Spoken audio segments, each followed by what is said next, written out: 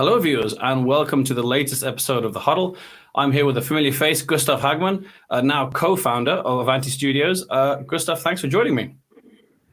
Thank you. Hi, Tim, and great to be here and great to see you again.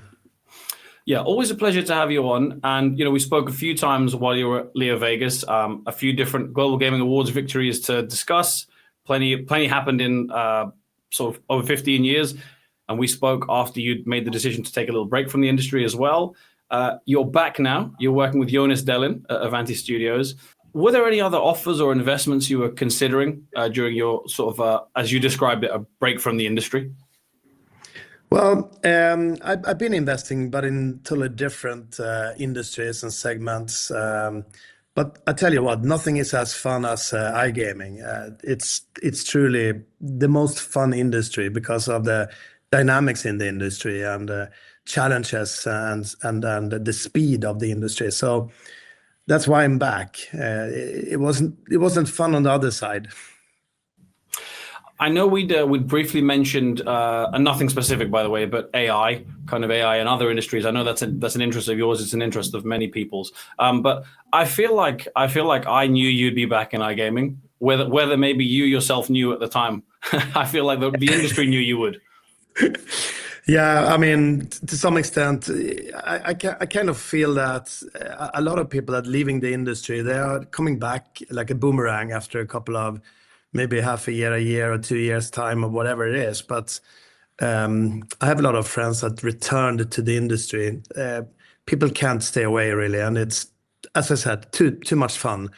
And it's also a little bit like this time with Avanti, it's a big technology shift and product shift. And, I love those things, just like with Leo Vegas. It was, we truly made something out of the mobile, and we were first with the mobile. And here we have the computer gaming industry technology that we are applying to the iGaming industry. And that's truly engaging and very exciting as well. Yeah, I can understand what you mean about returning to the industry and certainly staying in it. We previously spoke about the new company, the new product. The interviews it's available to read on globalgaminginsider.com. But for those who maybe haven't seen that much yet or haven't read that one, maybe it might be useful for the viewers now to just give a little introduction into exactly what the offering is. I'm quite familiar with it now, but if almost as if you'd never met me before and I'd never met you, which is impossible in this industry. But let's say the elevator pitch. Yeah, well, really quick then. What Avanti does is that we are exchanging exchanging the human dealers and the human or the physical environment of a live casino with digital humans and clones and a digital environment. Meaning that with that you get a lot of sort of benefits. You can have dealers that if you choose a dealer, you can always play with that dealer, and if you choose a language, you can easily have your own language, and you can have surroundings and interiors and backgrounds, whatever you like as an operator. So there is just, I think, a great variety of things you can do in a digital space. In the computer gaming industry, we've seen a lot of development the last couple of years, and how actually the characters become more and more lifelike. And this is what Avanti is bringing to live casino. So we're bringing lifelike dealers that are not humans, but they are clones of humans, and they are looking very, very lifelike. Yeah, I think from that you can again, we just discussed this before, that the immediate benefits are kind of scale and cost. But I suppose a human dealer might look at that and say, well, it's maybe a shame you're removing the human element. Well, you could say that, yeah. But if you look at some of the human dealers that you see today, they are, some of the pain points in the industry, and coming from the operator side, I know what I'm talking about.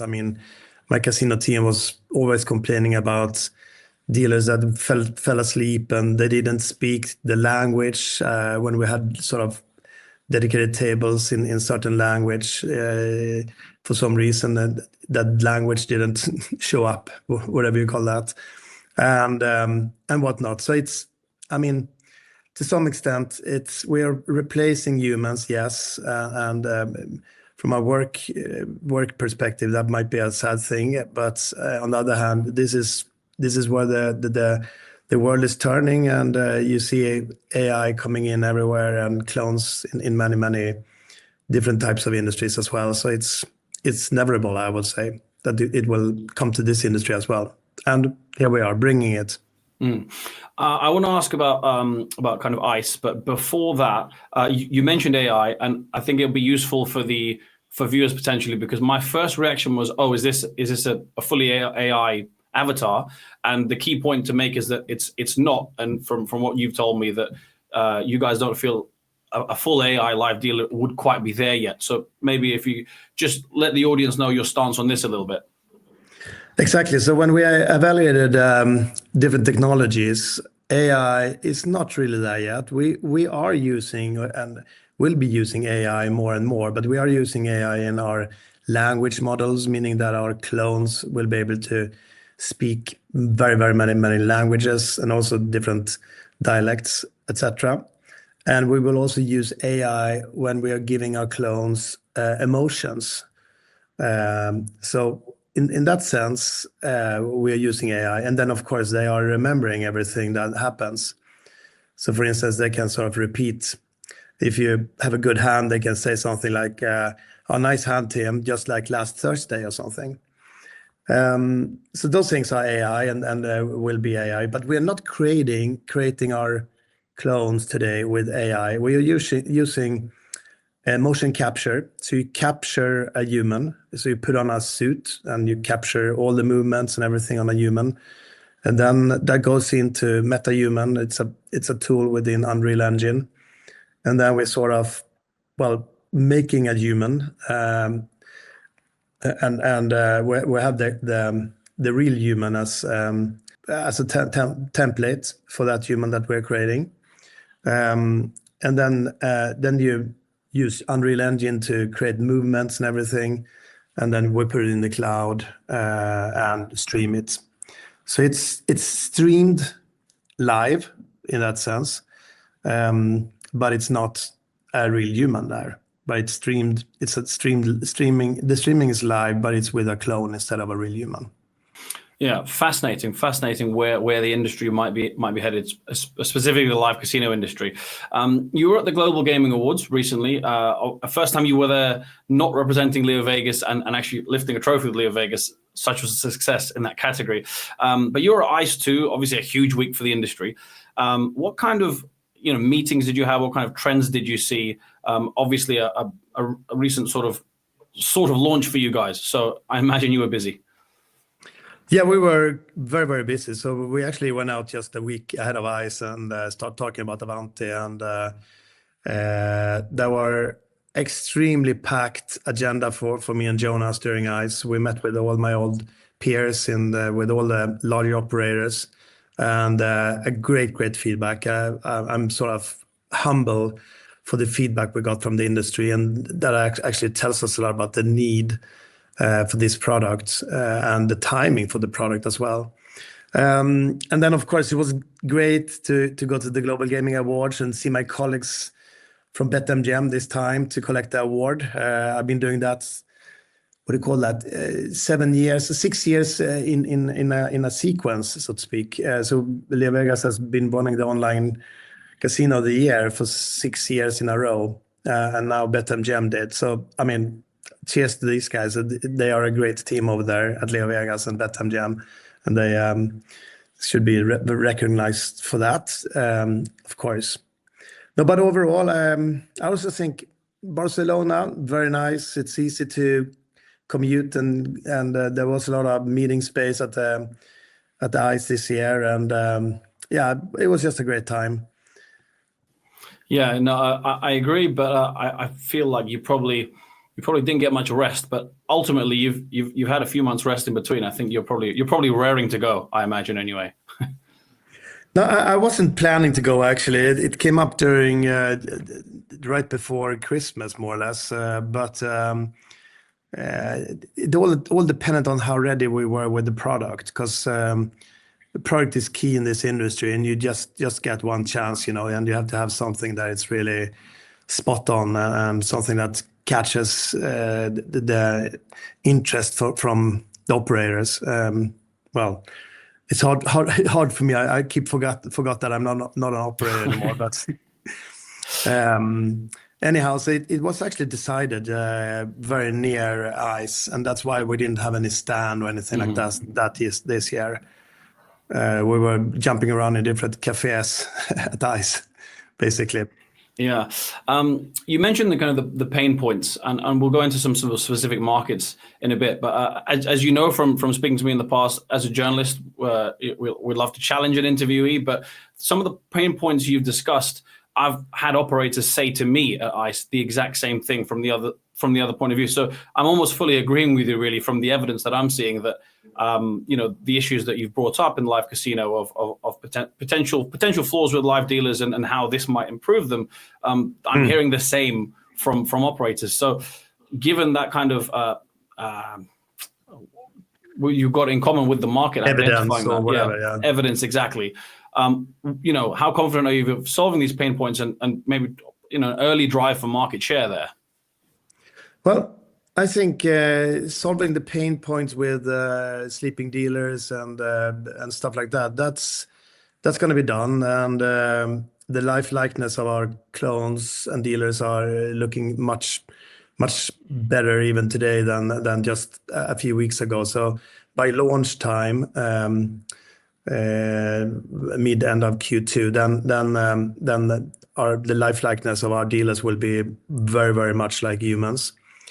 But I also think scale is something we need to touch upon, because what Avanti is able to bring to the industry, and that's actually something we were a little bit surprised by, the interest of talking about scale, the ability to build or have low stakes tables, like tables with 50 cents or $1, $2, $5 tables, stuff like that, and language wise.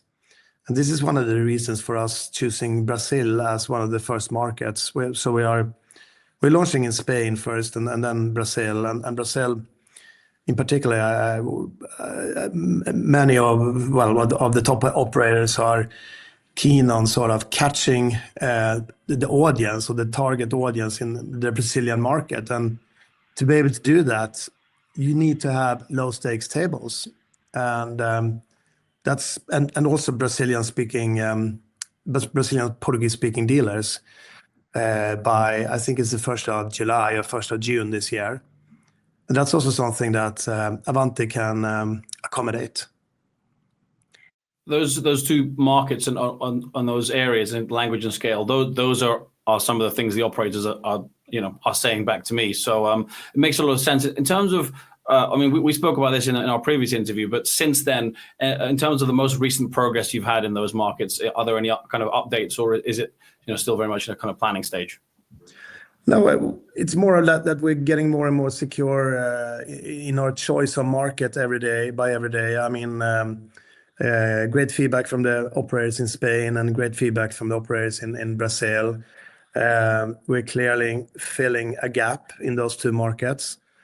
In Spain, so for everyone who doesn't know that, the Spanish regulation that you can only have roulette in Spain, and so what Avanti is bringing is a baccarat. It's not really a big game in Spain, but we're making a Toro versus Matador, funny tweak to baccarat in Spain for the Spanish market, but then blackjack, obviously, and multiplayer blackjack with our lifelikeness of clones, etc. So we're filling a gap there, and it seems like all of the operators in Spain are interested in sort of and joining us in that, bringing a blackjack to the Spanish markets.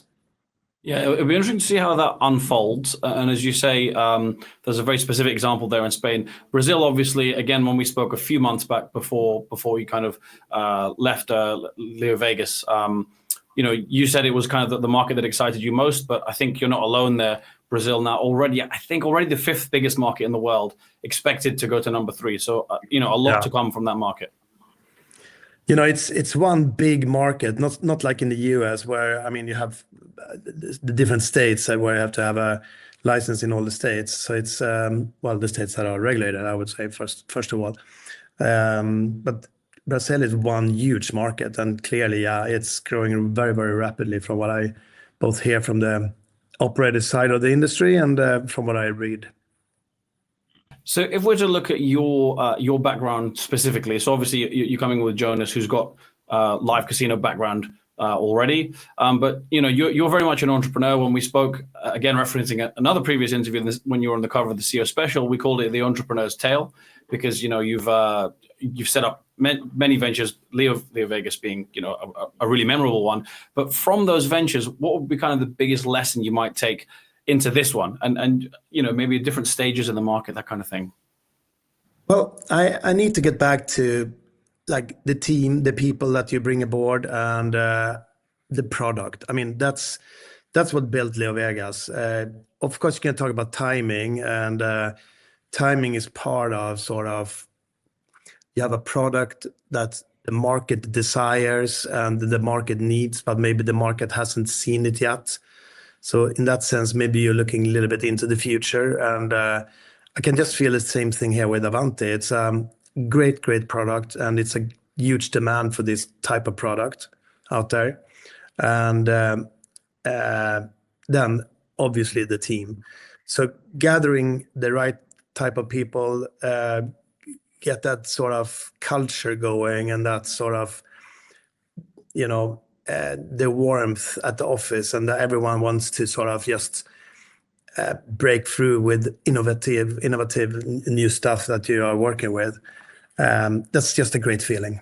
I want to ask you in 2026 what markets will excite you most. We've kind of already talked about Brazil, so maybe to make it a little bit more difficult, outside of Brazil, any markets that you're and not just live casino, but in general, that you think, yeah, this could be a big one for 2026. Well, I mean, US is always there, and it's keep on just like a huge, train that just never stops. And then of course, I hear some positive things about the Netherlands. Apparently, they are getting their act together a bit there, and well, we'll see about UK. But there is a lot of, as always in this industry, a lot of challenges, but also a lot of opportunities. Yeah, I would have said Brazil to answer your question, which is a very, very interesting market and a little bit like Klondike right now, and will probably be for a couple of years for many operators.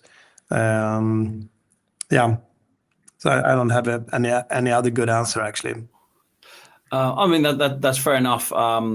It's mutual really with Brazil. When we're covering the industry, obviously there's news from around the world, but Brazil is a huge part of the daily cycle now when it comes to gaming.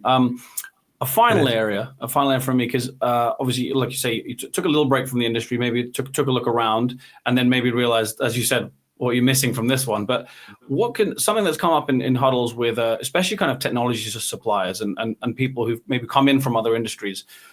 Are there a few things that, and well, the answer is yes, but what is it that this industry could maybe learn from others? Well, I think sometimes I feel like the iGaming industry is a little bit fat and happy because it's so much, well, excuse my language, but it's so much sort of money that goes around. And back in the days, it was kind of easy to make money in this industry, and it still is if you are sort of not in the regulated space. It's still easier, I would say. But eventually, like a child, everyone grows up, and this industry is, well, a youth or maybe an older youth by now. Things are happening as well in that sense. So it's getting more and more. When I meet with people in the industry, it's getting more and more sort of into a normal, moving into a normal industry, more or less. But as I said, like a year ago, I think still it's a big difference between sort of the black markets and the white market, and you have the regulated market. So it's like it's still like either you choose to be there or you choose to be on the other side. So it is still kind of a big, gap between those two. Yeah, I think that's a fair assessment, and something we might be seeing in 2026 is, or maybe I'm personally waiting to see whether any pressures put on the kind of the big payment suppliers, because if they were to to really block the black market, that would cause a stir. But will they? Because there's so much Yes. revenue from those transactions. So yeah, that's a topic, as you say, that it keeps us going in terms of conversations, but it seems like it will never really go away. I think some of them need to do it and will do it because of their reputation and the pressure from European Union and US and elsewhere. So it's some of them need to do it. But then again, this industry is very innovative and it will find its ways. So it does.